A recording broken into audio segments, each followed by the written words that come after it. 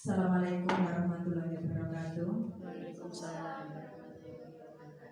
Alhamdulillahirabbil alamin wa bihi nasta'in wa ala kulli din wassalatu wassalamu ala asrofil anbiya'i sayyidina Muhammadin wa ala alihi washabihi ajmain amma ba'du. Yang terhormat Bapak Ibu Guru PTSD Negeri Pagurajo 2. Pertama-tama marilah kita panjatkan puji syukur kehadirat Allah Subhanahu wa taala di mana di hari Senin tanggal 19 Agustus tahun 2024 kita masih diberikan kesehatan dan diberikan ilmu serta umur yang panjang. Amin. Bapak Ibu Guru yang saya hormati, di sini hari ini saya akan mempresentasikan modul 1.4 aksi nyata, yaitu penyebaran pemahaman dan penerapan pengalaman budaya positif orang tua, wali murid serta guru. Pertama-tama marilah kita panjatkan puji syukur kepada Allah Subhanahu wa taala atas limpahan rahmat, nikmat serta hidayahnya mengantarkan kita dari zaman jahiliyah ke zaman terang benderang ini. Bapak Ibu Guru yang saya hormati, langsung saja ya. Di sini saya akan mempresentasikan tentang penyebaran pemahaman dan penerapan pengalaman budaya positif murid dan guru.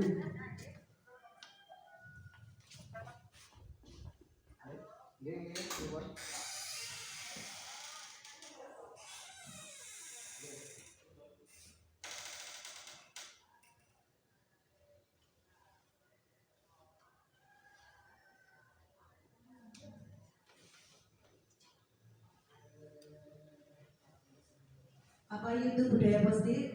Budaya positif merupakan perwujudan dari nilai-nilai keyakinan yang universal yang diterapkan di sekolah.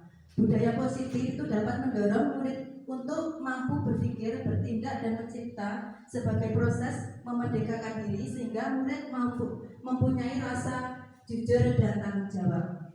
Konsep inti dari budaya positif terdiri dari beberapa bagian. Yang pertama adalah perubahan paradigma belajar, yang kedua disiplin positif, yang ketiga kebutuhan dasar manusia, yang keempat motivasi perilaku manusia, dan yang kelima adalah posisi kontrol guru. Yang keenam adalah keyakinan kelas, dan yang terakhir adalah segitiga restitusi. Agenda hari ini yaitu pembelajaran dengan paradigma baru. Apa itu pembelajaran dengan paradigma baru? Itu merupakan pembelajaran yang dirancang berdasarkan prinsip pembelajaran berdiferensiasi sehingga para siswa belajar sesuai dengan kebutuhannya. Yang kedua adalah disiplin positif. Disiplin positif itu merupakan pembiasaan hal yang baik mencangkup tentang sikap dan perilaku maupun tutur kata oleh peserta didik agar menjadi pribadi kritis, mandiri, dan tanggung jawab. Sebagai pendidik, tujuan kita adalah menciptakan peserta didik yang memiliki disiplin diri sehingga berperilaku yang mengacu kepada nilai-nilai kebaikan universal dan memiliki motivasi ke arah yang lebih baik. Berikutnya yang ketiga, kebutuhan dasar. Kebutuhan dasar itu merupakan suatu yang kita lakukan untuk mendapatkan apa yang kita inginkan. Seluruh tindakan yang kita lakukan untuk memiliki tujuan, semua usaha terbaik yang kita lakukan agar kebutuhan dasar kita terpenuhi dengan baik.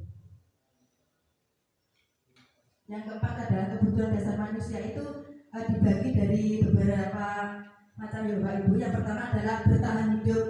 Kebutuhan dasar manusia itu dibagi, yang pertama bertahan hidup. Itu setiap manusia biar bertahan hidup, manusia itu harus yang pertama adalah makan, membutuhkan makan, pakaian, tempat tinggal, keamanan, dan kesehatan. Yang kedua, kebutuhan dasar manusia adalah kasih sayang dan rasa diterima,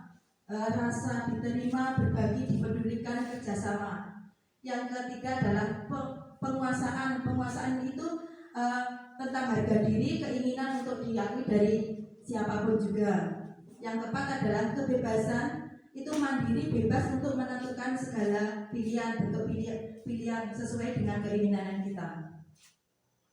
Yang terakhir adalah kebutuhan kesenangan. Kebutuhan kesenangan di sini kita bisa untuk bermain, kita untuk bersenang-senang, humor, dan tertawa dengan teman-teman kita. Yang berikutnya adalah kebutuhan dasar manusia, itu mencakup yang pertama adalah hukuman, konsekuensi, dan restitusi. Yang pertama hukuman. Hukuman itu berupa tidak terencana atau tiba-tiba. Yang kedua, murid tidak tahu apa yang akan terjadi.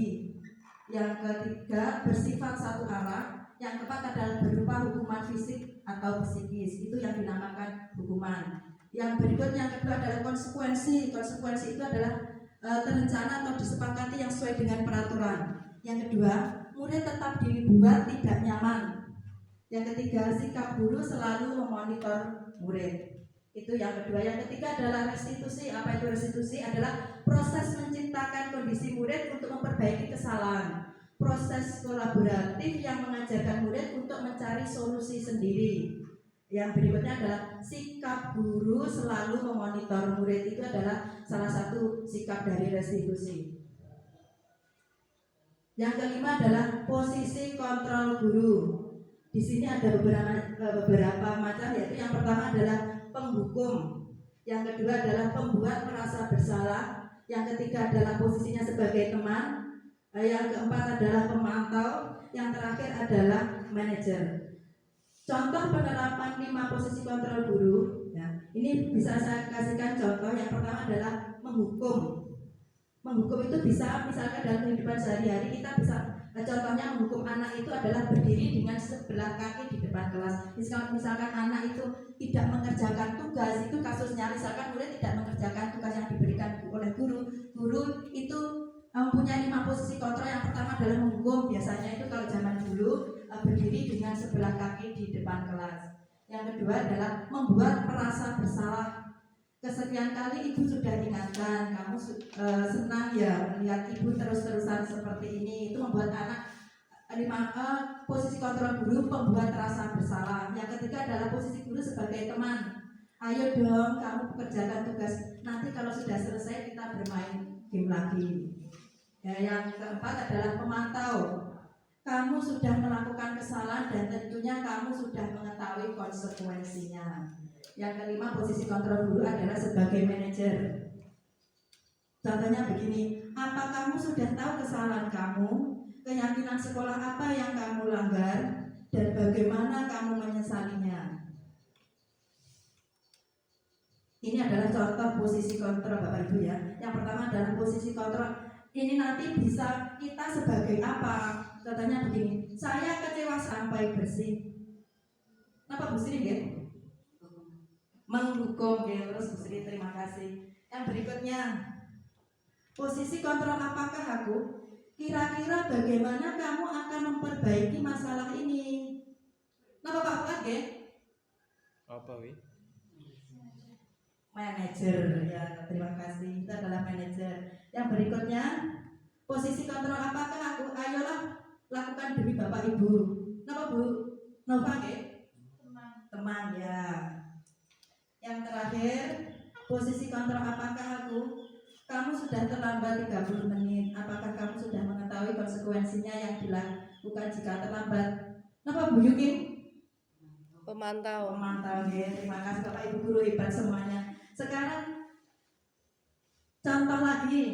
Ini ada contohnya begini. Dengan suara nada tinggi kita biasanya melakukan ini kepada anak kita ya. Terlambat lagi, pasti terlambat lagi. Selalu datang terlambat. Kapan kita datang tepat waktu?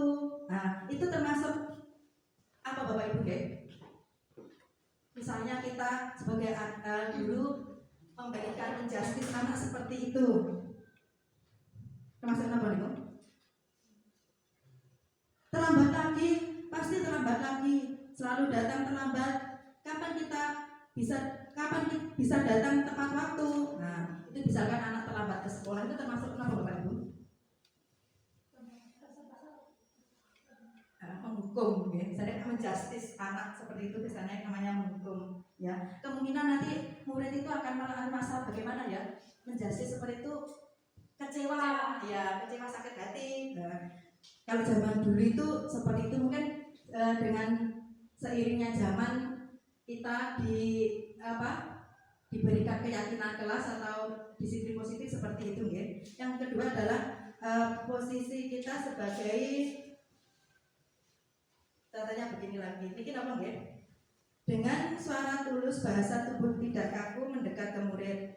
Gurunya begini, Adi, apakah kamu mengetahui jam berapa sekolah dimulai? Adi, tahu Pak, jam 7. Gurunya, ya jadi kamu terlambat, kira-kira bagaimana kamu akan memperbaiki masalah ini? Adinya menjawab, saya bisa menanyakan teman saya Pak untuk mengejar tugas yang tertinggal. Gurunya, baik itu bisa dilakukan, apakah besok akan ada masalah untuk kamu agar bisa hadir tepat waktu ke sekolah? Adinya menjawab, tidak Pak, saya bisa hadir tepat waktu. Gurunya, baik, saya hargai usahamu untuk memperbaiki diri. Bagaimana perasaan murid diperlakukan seperti ini? Nah, itu contohnya apa Ibu? Sebagai apa? Sebagai manajer, ya merangkul apa gitu. Dengan anak itu tulus gitu. Sekarang yang ini Bapak Ibu, dengan suara dasar bahasa tubuh yang formal, guru begini, Adi, tahukah kamu jam berapa kita mulai? Adinya menjawab, tahu Pak. Gurunya, kamu terlambat 15 menit, apakah kamu sudah mengerti konsekuensi yang harus dilakukan bila terlambat? Jawabannya Adi, paham Pak, saya harus tinggal kelas pada jam istirahat nanti dan mengerjakan tugas ketertinggalan saya. Guru, ya benar, nanti pada saat jam istirahat kamu harus tinggal di kelas untuk menyelesaikan tugas yang tertinggal tadi. Saya tunggu ya. Bagaimana perasaan murid diperlakukan seperti ini? Ini bisanya apa Ibu? Sebagai pemantau ya. Mungkin anak itu nanti murid itu akan memahami konsekuensi yang dijalankan dengan cara dia telah melanggar aturan tapi dia sudah menunjukkan Bapak Ibu gurunya mungkin agak marah atau emosi, tapi anak nanti membuat rasa bersalah gitu, tahu kesalahannya. Itu adalah contoh. Yang berikutnya saya lanjutkan adalah keyakinan kelas. Keyakinan kelas adalah kesepakatan kelas yang sudah diyakini antara guru dan murid dengan harapan akan lebih meningkatkan kedisiplinan kelas. Keyakinan kelas dibentuk dalam bentuk yang positif sehingga siswa mudah untuk mengerti dan memahami. Kalau zaman saya dulu itu namanya peraturan kelas Bapak Ibu. Jadi kalau dulu itu namanya peraturan kelas itu peraturan yang sudah mungkin yang membuat adalah Bapak Ibu guru. Tapi kalau keyakinan kelas yang dulu peraturan kelas, kesepakatan kelas, sekarang adalah keyakinan kelas. Itu membuat kalimat yang negatif menjadi positif. Contohnya begini, kalau zaman dulu itu peraturan kelas misalnya tidak boleh datang terlambat ke sekolah, itu namanya peraturan. Itu diubah menjadi keyakinan kelas, yaitu contohnya pribon, iya, datang tepat waktu. Terus contohnya lagi keyakinan kelas yang kita buat itu misalkan tidak boleh makan di dalam kelas, itu diubah menjadi keyakinan kelas. Gimana Pak? Makan di jam istirahat di luar kelas. Contohnya lagi tidak boleh bertengkar dengan teman-temannya.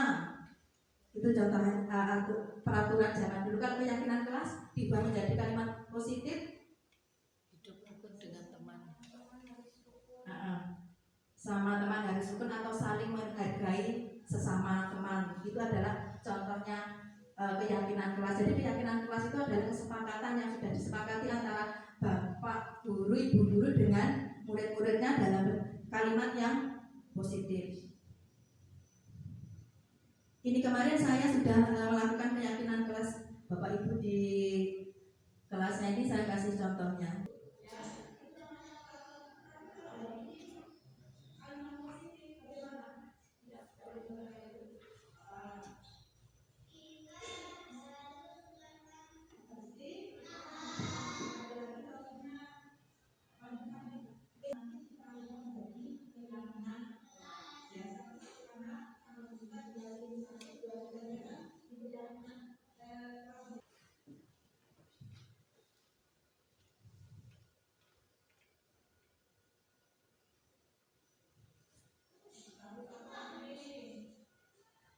Itu tadi adalah cuplikan dari saya membuat keyakinan kelas hari Jumat kemarin Bapak Ibu.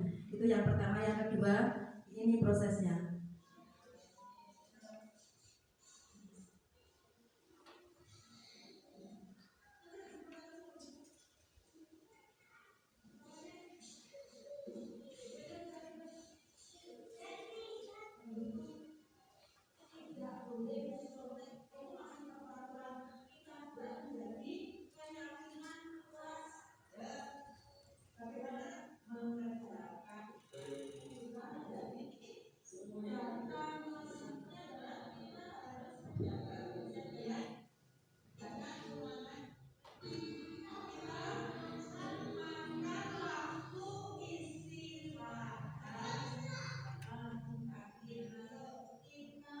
Tidak ada manusia